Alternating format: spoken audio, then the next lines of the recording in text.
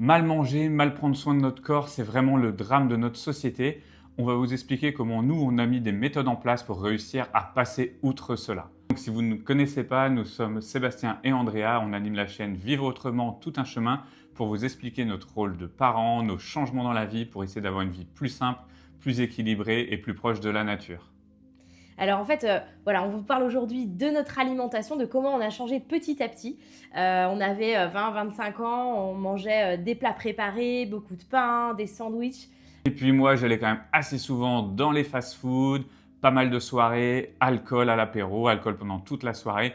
Pas des choses qui faisaient que notre corps était vraiment en excellente santé. Alors on n'était pas malade, on allait bien quand même, mais on avait quand même un désir d'aller fortement vers quelque chose qui nous amènerait à vivre longtemps, à pas avoir de maladie, à se sentir bien au jour le jour et tout en vieillissant. Donc il fallait vraiment qu'on essaie de trouver des solutions à mettre en place.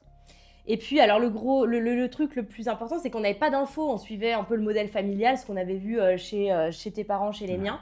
Et on n'était pas renseignés. Donc, la première chose qu'on a fait, c'est vraiment d'aller trouver les informations.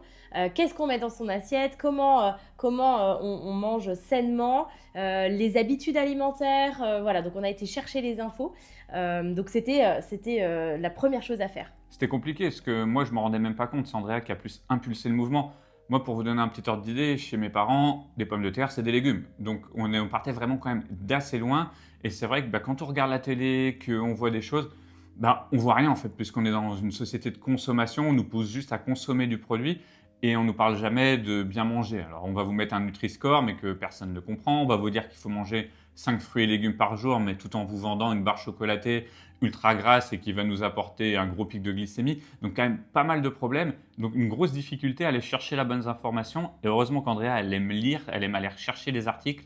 Et là, tu as pu quand même voir pas mal de choses avec plein de médecins, spécialistes, et puis pouvoir faire le tri, quoi. Exactement, donc moi je suis une autodidacte, donc j'ai été chercher dans les livres, voilà, quelles sont les bonnes habitudes alimentaires, alors déjà la famille, en fait, tu parlais des patates, donc les patates, oui, c'est des légumes, mais en fait, c'est des féculents, donc c'est comme les pâtes, et en fait, comment on compose une assiette, une bonne assiette équilibrée? C'est vrai qu'on mangeait pas forcément équilibré, on mangeait de la viande, vraiment les midis et le soir, on mangeait des grosses quantités le midi et le soir, donc c'était comment réorganiser aussi la façon de manger, c'est-à-dire que voilà, la façon idéale de manger, je vous donne un peu au fil de la vidéo mes astuces, mais que j'ai trouvé, c'est que le matin, vous avez peut-être déjà entendu, on mange comme un roi, le midi, on mange comme un prince et le soir, on mange comme un mendiant. C'est-à-dire que voilà, le soir, avant de se coucher, on n'a pas besoin de manger énormément.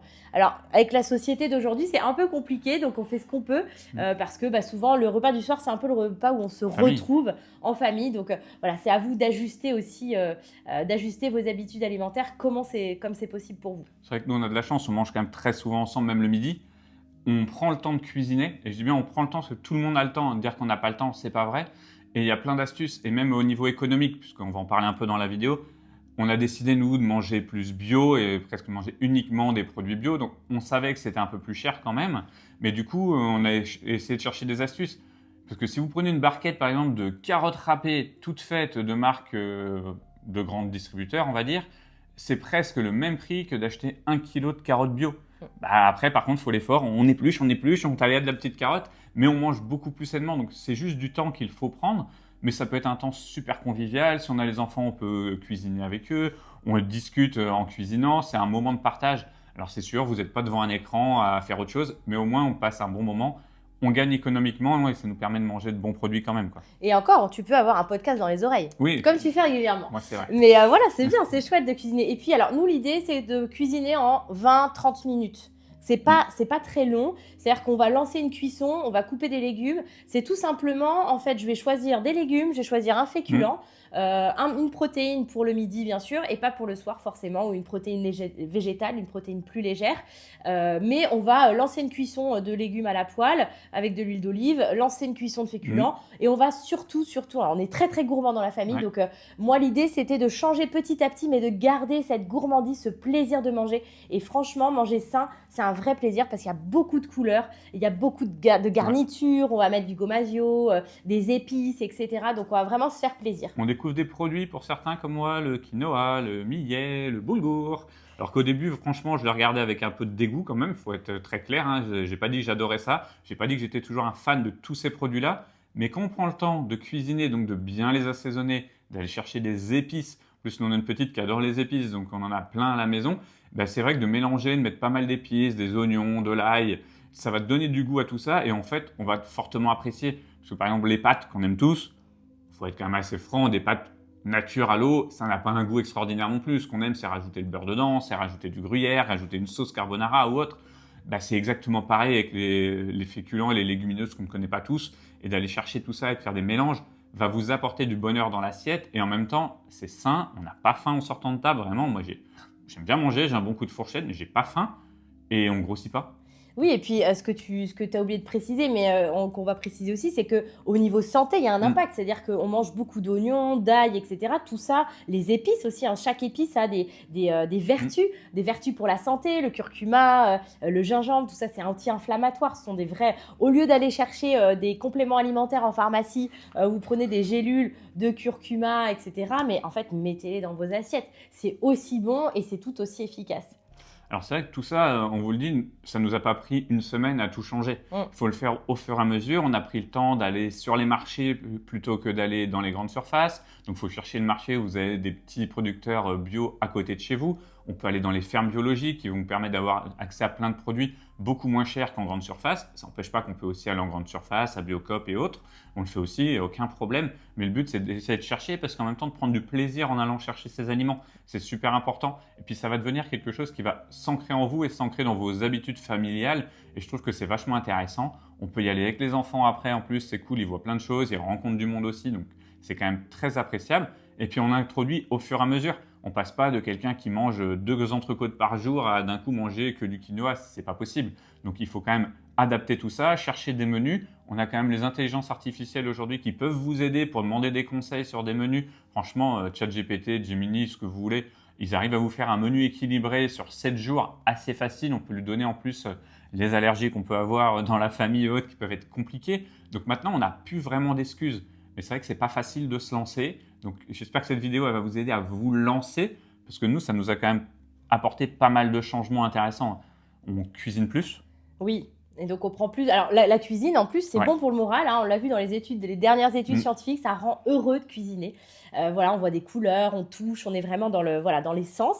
Et puis voilà, moi au niveau digestif, au niveau du sommeil, on a vu de l'amélioration aussi. S'endormir plus tôt. On voit, hein, on mange une grosse raclette un soir.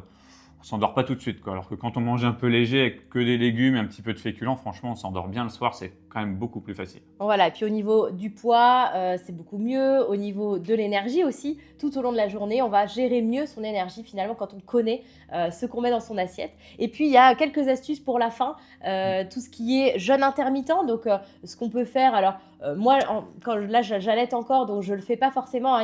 Il y a des catégories qui peuvent ne pas forcément le faire, tout ce qui est enfants, personnes âgées, voilà, les femmes enceintes, femmes allaitantes, on déconseille le jeûne intermittent ou le jeûne tout court. Mais en tout cas, le jeûne intermittent, si vous êtes en bonne santé, que vous n'avez pas de contre-indication particulière, c'est très bon pour la santé de jeûner au moins un soir par semaine. Voilà, ça peut être le dimanche soir par exemple, parce que le dimanche midi vous avez bien mangé, donc en vrai vous n'avez pas faim le soir, donc souvent on mange, a des réflexes, hein. Mais voilà, on mange parce que on a envie de manger. Et moi la première, j'adore manger, mais en fait en vrai c'est de s'écouter beaucoup plus subtilement, de se dire bon ok, allez je me prends un thé, un truc, un gros verre d'eau, je me fais une activité plaisir et je passe ce repas.